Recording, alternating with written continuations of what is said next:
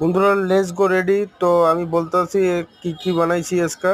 দেখো গাহরির মাংস আর হইলো ঝুল ঝুল দিয়ে গাহরির মাংস মাখিয়ে নিবা, তারপরে খাওয়া দাওয়া করলে খুব ভালো লাগে, আনন্দ লাগে। তো গাহরিটা হইলো প্রক, তো প্রককে কয় গাহরি, সবে কয় হইলো শুয়োর গাহরি, তো এইগুলি ফাইনালি এটা গাহরি বলি আমরা।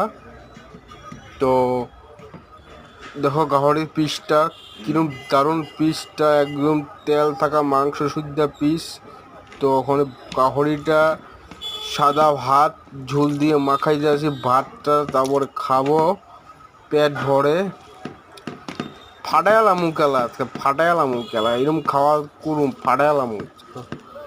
ফাটাইলাম আজকে গাহরি খাইতেছি 1 মাস পরে, তো ফাটাইতে লাগবই না, ফাটাইলাম আজকে।